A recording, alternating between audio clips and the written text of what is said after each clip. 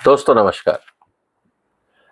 प्रदूषण या पॉल्यूशन एक सेक्युलर कॉन्सेप्ट है। मैं सेक्युलर इसलिए कह रहा हूं क्योंकि ये किसी में भेदभाव नहीं करता। चाहे आप मंत्री हो, एमपी हो, अधिकारी हो, बिजनेसमैन हो या सुप्रीम कोर्ट और हाई कोर्ट के जजेस हो। आज दिल्ली में जो भी व्यक्ति रह रहा है वो पॉल्यूशन का शिकार है। पॉल्यूशन ये नहीं देखता कि आपका सामाजिक स्तर क्या है या आपकी आर्थिक हैसियत क्या है। ये सबके लिए बराबर का असर करता है और शायद यही कारण है कि इस समय सब चिंतित हैं। अब मुद्दा इस बात को लेके है कि इस प्रॉब्लम को एड्रेस कैसे किया जाए, पर्यावरण के साथ जो खिलवाड़ हो रहा है इसको एड्रेस कैसे किया जाए। प्रदूषण के कई कारण होते हैं। इसमें आपके अपने व्हीकल्स जिसका आप इस्तेमाल करते हैं, साथ में जो कंस्ट्रक्शन एक्टिविटी होती है, जो बाकी एक्टिविटीज होती हैं जिसके कारण मिट्टी उड़ती है या डस्ट उड़ती है, और साथ ही साथ जो दिल्ली के आसपास बॉर्डर स्टेट्स हैं वहाँ पे पराली जलाने की घटनाएं भी होती हैं। आज पूरा फोकस था सुप्रीम कोर्ट के अंदर कि पराली जलाने की जो समस्या है इससे कैसे निजात पाया जाए। सुप्रीम कोर्ट ने बहुत ही सख्त लहजे में हरियाणा, राजस्थान और पंजाब की सरकारों को कहा कि आपको जो भी करना पड़े आप पराली जलाने की जो समस्या है उसको तुरंत रोकें। अब उसके लिए उन्होंने जो एसएचओ है, उस एरिया का जो पुलिस ऑफिसर होता है, उसको सीधा जिम्मेदार बताया है और ये कहा है कि जो एसएचओ है वो डायरेक्ट राज्य के चीफ सेक्रेटरी और डीजीपी के तहत काम करेगा और ये इंश्योर करेगा कि जो पराली जलाने की घटना है इसको तुरंत रोका जाए। साथ ही साथ दिल्ली की म्युनिसिपैलिटी को कहा गया है कि आप कचरा भी दिल्ली में नहीं जलाएंगे। और केजरीवाल साहब ने बड़ी बड़ी बातें की थी कि हम स्मोक टावर लगवा रहे हैं, हमने कोई केमिकल खरीदा है, उस केमिकल में शायद एक्सपेरिमेंट में खर्चा हुए थे कुछ लाख रुपए, लेकिन उसकी पब्लिसिटी में कई करोड़ रुपए उन्होंने खर्चे थे। ना आज वो स्मोक काम कर रहा है, स्मोक टावर काम कर रहे हैं, ना उस केमिकल का पता है जो केजरीवाल साहब इतनी सारी फोटो उन्होंने टैक्स पेयर के पैसे पे खिंचवाई थी, वो सब फॉर्मूले कहाँ गए आज केजरीवाल साहब बताने को भी तैयार नहीं। तो सुप्रीम कोर्ट ने कहा कि आप सबसे पहले तो वो जो क्लेम आप कर रहे थे कि आपने स्मोक टावर बनवाया है उनको रिपेयर करवाइए। दूसरी तरफ जो टैक्सियां दिल्ली के बाहर से आती हैं उन पे आने पे रोक लगी है और कोर्ट का ये कहना है कि we don't know how you will do it but you have to do it your job. इसका मतलब ये है कि उन्होंने पंजाब के जो एडवोकेट जनरल थे उनको साफ साफ कह दिया कि हमें नहीं पता आप क्या करोगे, लेकिन आपको इस पे पूरा का पूरा इंतजाम करके और इमीडिएटली इसको रोकना होगा। SHOs will be made held responsible. उन्होंने साफ कहा कि जो एसएचओ हैं उनको जिम्मेदार ठहराया जाएगा।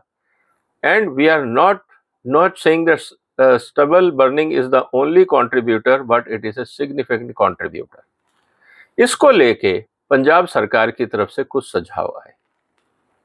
दोस्तों वो सुझाव क्या थे और वो क्यों गलत है सुझाव, मैं पहले इस पे चर्चा करूंगा।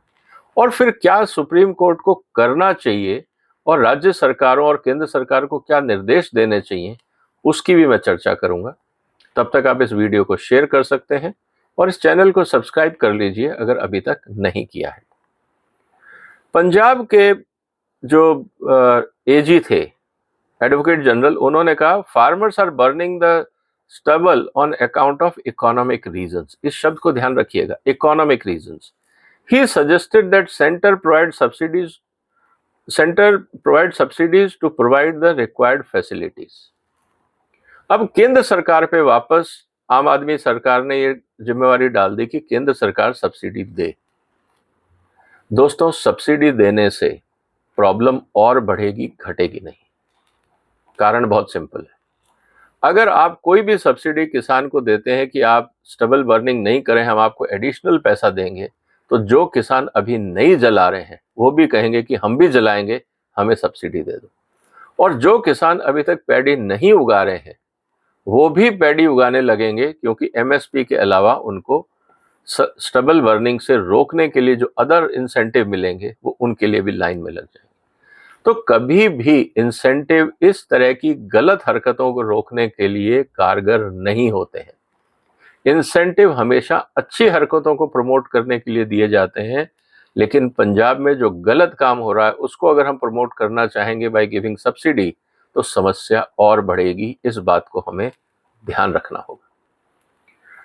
कोर्ट ने आगे ये कहा कि देखिए, इस बात को आप ध्यान रखिए कि ये प्रॉब्लम है, आप एमएसपी दें ना दें, कोई और क्रॉप लेके आएं, क्रॉप डाइवर्सिफिकेशन करें, सब करें, हमें नहीं पता, लेकिन इस समस्या का समाधान होना चाहिए।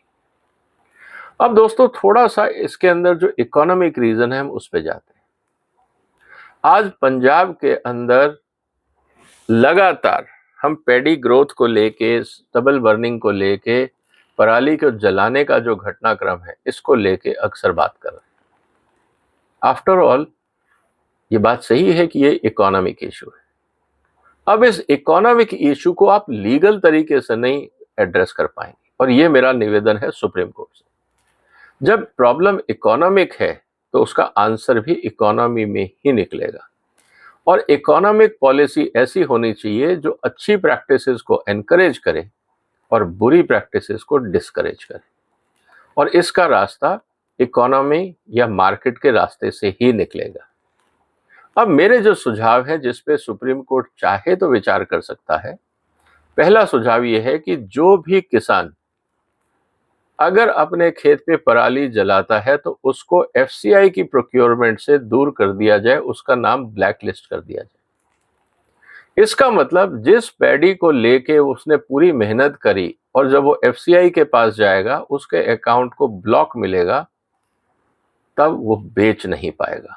तो एक डायरेक्ट डिसइंसेंटिव है कि अगर आप पराली जलाते हुए पकड़े गए और आपका नाम ब्लैक लिस्टेड हो गया, अब एफसीआई आपसे माल नहीं खरीदेगी, एमएसपी नहीं मिलेगा, आप जाके मंडी में बेचिए, कोई प्रॉब्लम नहीं है, लेकिन एफसीआई अब आपसे प्रोक्योरमेंट नहीं करेगा। निश्चित रूप से एक बहुत बड़ा डिटरेंस के रूप में होगा, क्योंकि पंजाब का किसान एक्चुअली एफसीआई ने उसको बर्बाद कर रखा है, और बर्बाद इस हद तक किया हुआ है कि वाटर टेबल हर महीने, जो मेरा अपना अनुभव था पंजाब के अंदर, हर महीने पंजाब की water table on an average 1 foot नीचे जा रही है। साल में 12 फीट, 3 से 4 मीटर पंजाब की वाटर टेबल नीचे हो जाती है। इवन सतलुज के किनारे का जो हिस्सा है वहां पे भी वाटर टेबल नीचे। तो समस्या गंभीर है। ये सिर्फ पराली जलाने की प्रॉब्लम नहीं है, ये वाटर टेबल को खत्म भी कर रही है। तो अगर आप पैडी को डिस्करेज करते हैं तो 2 ही तरीके हैं। एमएसपी जो एफसीआई है वो खरीदना बंद कर दे एमएसपी पे, तो किसान को जब इंसेंटिव ही नहीं होगा, और जो खासकर पराली जलाता है उसका नाम ब्लैक लिस्ट कर दिया जाए, तो वो जलाएगा नहीं। दूसरा, जो पराली जलाता है उसकी तुरंत पावर सब्सिडी खत्म कर दी जाए, तो एक तरफ उसकी कॉस्ट ऑफ प्रोडक्शन बढ़ जाएगी, दूसरी तरफ उसको बाजार नहीं मिलेगा, तो उसको कोई इंसेंटिव ही नहीं रहेगा पराली जलाने का। इसका मतलब वो पैडी उगाएगा तो तभी उगाएगा जब वो अपना ये सोच लेगा कि मैं इस पराली के बारे में क्या करूं। इसका मतलब पूरा पंजाब का एरिया पराली को कैसे संभालना है इस पे सोच विचार शुरू कर देगा, और ये बहुत बड़ा इंसेंटिव है, और केंद्र सरकार आसानी से कर सकती है, सिर्फ सुप्रीम कोर्ट के एक आदेश की जरूरत है। पॉलिटिशियंस अपने लेवल पे नहीं करेंगे, सुप्रीम कोर्ट को इस बात को मानना होगा।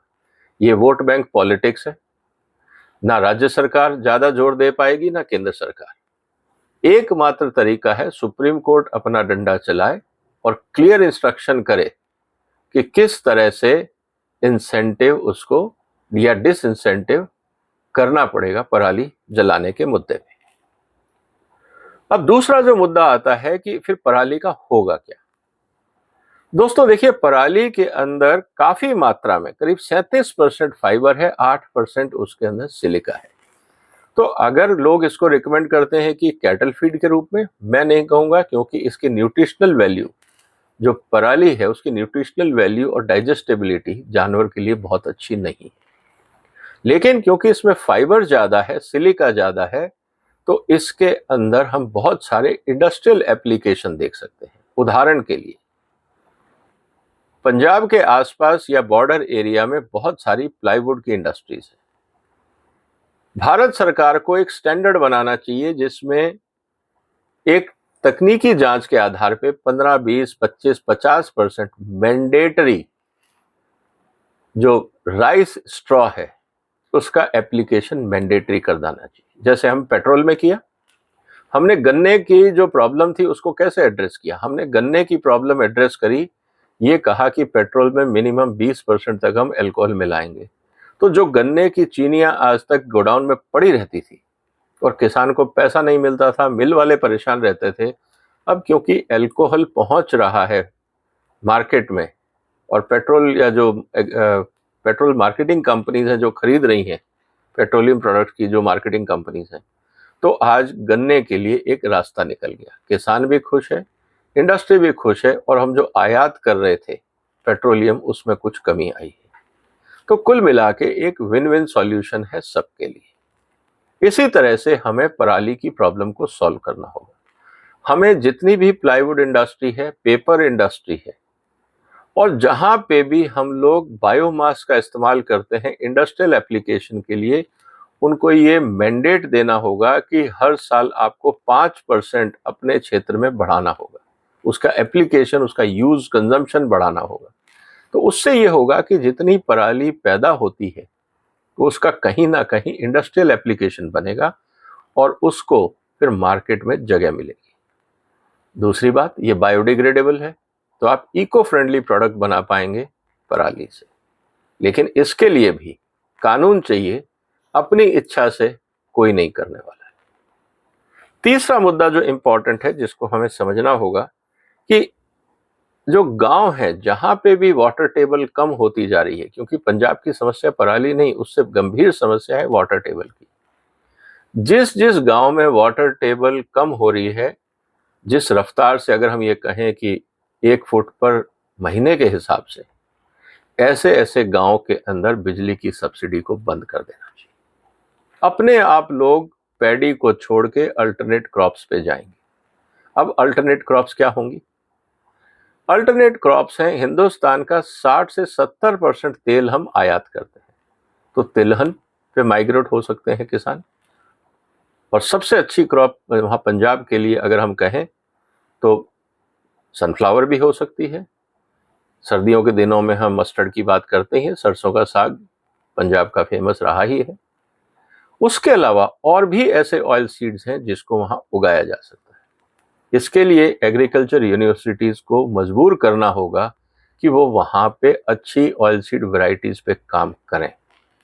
नहीं तो यूनिवर्सिटीज के पास भी कोई मैंडेट या इंटरेस्ट नहीं है कि वो वहां पे डाइवर्सिफिकेशन पे काम करें, क्योंकि उनका भी यही कहना है कि जब बिजली फ्री मिल रही है, एफसीआई खरीद रहा है, तो किसान में भी कोई इंटरेस्ट नहीं है कि वो डाइवर्सिफाई करे। तो यूनिवर्सिटीज तभी करेंगी जब मार्केट होगा और मार्केट के लिए आपको पॉलिसीज बदलनी ही होगी। उसके अलावा जो इंपॉर्टेंट चीज है वो है फॉडर प्रोडक्शन। मेरा अपना अनुभव है, हिंदुस्तान में करीब 40 से 60% जो हमारी फॉडर रिक्वायरमेंट है वो पूरी नहीं हो पाती है। हमारे यहाँ पे फॉडर की शॉर्टेज है। पंजाब में काफी अच्छा और कम खर्चे पे और कम पानी की लागत में फॉडर प्रोडक्शन बहुत अच्छा हो सकता है। डेयरी की डेवलपमेंट की हम बात कर रहे हैं, लेकिन आज पशुओं की प्रोडक्टिविटी इसलिए कम है क्योंकि हमारे पास अच्छा फॉडर नहीं। पंजाब के किसानों को फॉडर की तरफ डाइवर्ट किया जाए और फॉडर को आप आसानी से साइलेज में कन्वर्ट कर सकते हैं, तो स्टोरेज प्रॉब्लम भी नहीं रहेगा और पूरे देश में उसकी डिमांड है। तो इस बात को भी अगर हम देखें तो फॉडर और साइलेज मैन्युफैक्चरिंग को लेके पंजाब सरकार एक बहुत बड़ा प्रयास कर सकती है और सुप्रीम कोर्ट अगर चाहे तो ये इंस्ट्रक्शन दे सकता है। उसके अलावा जो महत्वपूर्ण चिंता की बात है भारत के लिए वो है दालों की कमी। हम हर साल दालें आयात करते हैं और अगर पैडी की जगह हम अलग अलग दालें उगाने लगे तो मुझे लगता है कि देश में दालों की जो ज़रूरतें हैं वो भी पूरी हो पाएंगी, किसान को भी एक अल्टरनेट फसल मिल जाएगी। लेकिन अब सवाल इस बात का है कि साहब प्रॉफिटेबिलिटी उतनी नहीं है जितनी पैडी में। देखिए, पैडी में प्रॉफिटेबिलिटी इसलिए है क्योंकि बिजली फ्री है। शायद आपको पता हो या नहीं, पंजाब के हर ट्यूबवेल के ऊपर करीब सालाना 50,000 रुपए के आसपास की सब्सिडी होती है। जिस दिन किसान को जेब से पैसा देना पड़ गया, उस दिन अपने आप वो ज्यादा पानी वाली फसलों से दूर हो जाएगा। और अगर पराली जलाई तो एफसीआई भी नहीं खरीदेगा, तो वहां पे जब बाजार नहीं मिलेगा और उसके सही रेट नहीं मिलेंगे तो किसान डिस्करेज होगा। तो मेरा यही कहना है सुप्रीम कोर्ट से कि आपको अगर डिसइंसेंटिव करना है पराली जलाने को, तो आपको इकोनॉमिक टूल्स अपनाने होंगे, ना कि पुलिस का डंडा। क्योंकि जब किसान को फायदा ही नहीं दिखेगा पैडी उगाने में, तो वो पैडी उगाएगा ही नहीं। जब वो पैडी उगाएगा ही नहीं, तो पराली जलाने का सवाल ही नहीं। तो मेरा निवेदन है सुप्रीम कोर्ट से कि अगर प्रॉब्लम इकोनॉमिक है, तो रास्ता भी हमें इकोनॉमिक दृष्टि से ही सोचना होगा। और भी कई सुझाव हो सकते हैं, आप लोग भी सुझाव दे सकते हैं कि क्या करना चाहिए पराली का अल्टरनेटिव एप्लीकेशन। आप कमेंट बॉक्स में सुझाव दीजिए। और निश्चित रूप से मुझे लगता है कि ये कोई बहुत बड़ी समस्या नहीं है। राजनीतिक दल इसलिए नहीं करेंगे क्योंकि किसान वोट बैंक है, डंडा सुप्रीम कोर्ट को ही चलाना होगा। लेकिन अगर आप फिर उसको राज्य सरकारों के भरोसे छोड़ देंगे तो कुछ नहीं होगा। आपको एफसीआई को साफ इंस्ट्रक्शन देने होंगे, वहां एसएचओ को साफ देने होंगे कि जिस खेत में पराली जलती हुई पाई गई, उस किसान की डिटेल एफसीआई को भेजी जाए सेम डे। और जैसे ही वो एफसीआई को डिटेल जाएगी, एफसीआई उस अकाउंट को ब्लॉक कर देगा। जब वो किसान माल बेचने जाएगा एफसीआई के कलेक्शन सेंटर पे, उसका माल नहीं लिया जाएगा। मुझे लगता है ये बहुत पावरफुल मैसेज है। और उसी किसान का अगर हम बिजली की सब्सिडी बंद कर देते हैं, तो किसान को कोई इंसेंटिव ही नहीं रहेगा पैडी उगाने का। अपने आप किसानों की जो काम करने की शैली, उसमें सुधार आएगा। और जो अल्टरनेट क्रॉप्स मैंने आपको बताई, चाहे वो ऑयल सीड्स हो, पल्सेस हो, फॉडर हो, वो पंजाब में आसानी से किसी भी सीजन में अलग अलग वैरायटीज हम उगा सकते हैं। उसके अलावा जो आपका पैडी से जो बोर्ड बनेगा, भारत में इतनी सारी लो कॉस्ट हाउसिंग स्कीम्स चल रही हैं, सरकार इतने सारे फर्नीचर खरीदती है, इतनी जगह पे हम लोग पेपर खरीदते हैं।